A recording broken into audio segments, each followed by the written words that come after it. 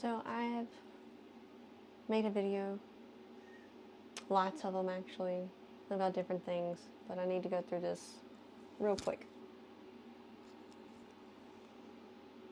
I am not affiliated with UU. I am not affiliated with CUUPS. I have wanted to do this, but I think locally it may be a little hard. But if this video gets out, that's great. I am nervous. I am not a public speaker. I do not have any ministry experience. I am opening a fellowship. That can be local or online. It doesn't matter. I have a group. This has been calling on me for some time, but I keep pushing it away because I don't feel worthy enough. I'm going to go into my book, and I'm going to talk about the very first, what I would consider a speech, but I have written that it is a sermon, and I'm not exactly sure why I would call it a sermon because I am not a church kind of person. I think I said this before in other ways, but I was not a person who grew up in church. But I want to speak from my heart, even if it is written down in a book. It is from my heart, and I feel it just as deeply reading it from the pages as I would saying it face to face. The thing about reading it from a book is I actually get to talk more eloquently, not say as much, you know? So I can give 100% instead of searching for words and having more air in between what I'm trying to say. So I'm going to start this, and I may call it a sermon a few times. I am grateful for all of you today who are coming here virtually for the service, for those of you who are watching the recording. The universe is bringing us together because there is a great need. There's a great need in large numbers. So a little about me. My chosen name is Hazel. I am the founder and fellowship leader of Raw Earth, which right now is more of a dot because it's just me. But even a dot can be a seed, am I right? And I'm opening that seed of change to community, to anyone who is field called to gather openly and safely. And I want to thank you for your presence here. Some of you know me. A lot of you don't. But what matters most is that we showed up in the same space with open hearts, curious spirits, and a shared desire to connect. Before we begin our service, here's where I call it a service, I want to take a moment to share why I'm here and what I hope to build with all of you. Our county does not have an official CUUPS or UU chapter. There's no dedicated spiritual home where earth-based practitioners, pagans, spiritual seekers, or simply the spiritually curious can gather and feel held in the community. There is no place where our voices and our actions can serve neighbors together under a name that stands for acceptance, diversity, and sacred freedom. But I believe that we can build one someday, slowly, gently, one gathering at a time. But for now, we are a circle of like-minded individuals, souls in a welcoming space. The saying goes in the movie, Field of Dreams, if you build it, they will come. This is a place to talk, explore, and to ask questions and learn. To help our local communities. That's my goal.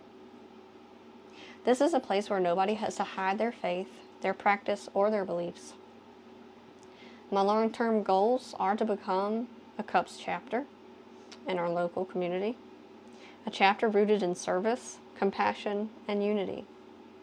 One who shows up openly and lovingly that earth-based religions can coexist with Christianity, with secular paths and any human rooted in peace. We are not here to replace anyone's faith. We are not here to challenge anyone's spiritual home. We are here to show that we belong too, that our paths are just as safe, just as sacred, just as worthy of respect as any path that seeks goodness. Our goal is to model what it looks like when our differences do not divide us, when many cultures and traditions can sit beside one another peacefully.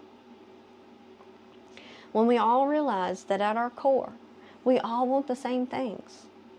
We want love, we want peace, we want protection for our families and our communities. We want hope, and we want belonging. These desires, these truths, are bigger than belief systems. They're bigger than labels, and bigger than the old walls that have separated people for far too long. My vision is simple in theory. A place for our future generations to see that spiritual diversity is not a threat, but it's a strength. A place where service becomes a shared offering. Food drives, community cleanups, supporting local families, or simply showing up when someone needs a safe shoulder. I thank you again for being here, for coming out and trusting this space, for helping plant the very first seeds of something that can grow into a community we can all be proud of. As we step into the darker season of the year, the time when the sun settles lower in the sky, the nights stretch a little longer, and the world around us begins to whisper, slow down, breathe, turn inward, and rest. This season has always asked us to face our shadows, whether our ancestors called them spirits, giants, demons, or simply the weight of our own fears. The work was the same, to look at what rises within us when the world goes quiet. And honestly, most of us do not like that part.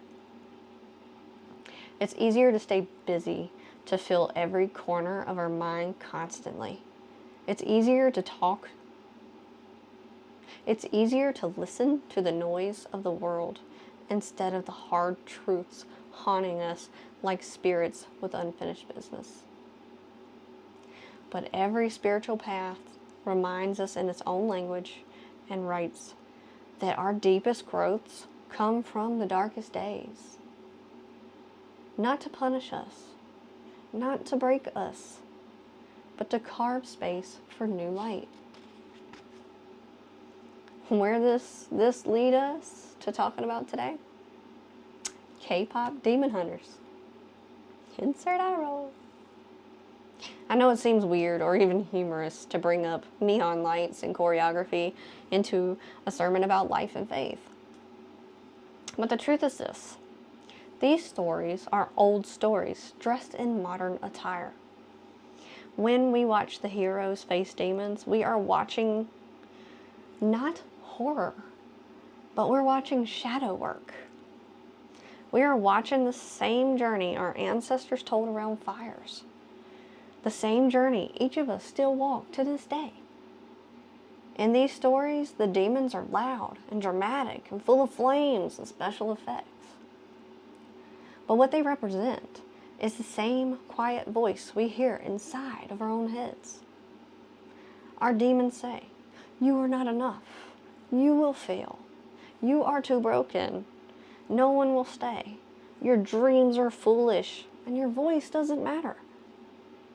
We all have demons that whisper. We all have fears that curl around our ribs when the nights get long. And in these stories, every single one of them, the hero is never alone. That is the part that hits me right in the heart. Right in the heart. They fight harder when someone reaches out a hand. They stand firmer when they stand together. Their powers grow stronger when they trust someone enough to be seen in their fear. The demons shrink, not because the story or the heroes become perfect, but because the hero stops trying to carry everything alone. That truth right there is my whole message today. We need one another. We need community. We need someone to talk to when the shadows feel a little too heavy. We need someone who will sit beside us when our breath is locked tight within our chest. We need someone to remind us gently that our story is not over yet, that it is something that we not endure alone.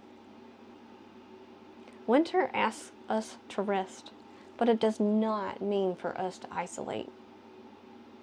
Even the animals know to huddle together for survival and warmth. Our mental health requires connection, especially in the months when our energy dips and our old wounds come knocking. But connection requires courage. This is the part that is the hardest for most of us, especially those of us who grew up carrying everything quietly. We must take the first step.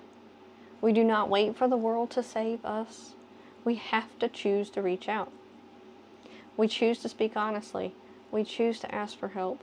We choose to show up for others so they know they can show up for us. Gandhi said we must be the change we wish to see.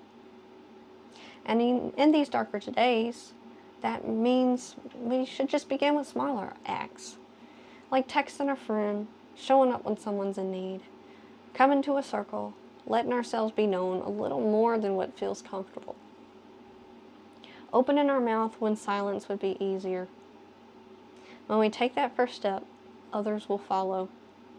When we admit we're struggling, someone else finds the courage to breathe again. When we light a little flame in our own heart, the person beside us sees enough to light theirs too.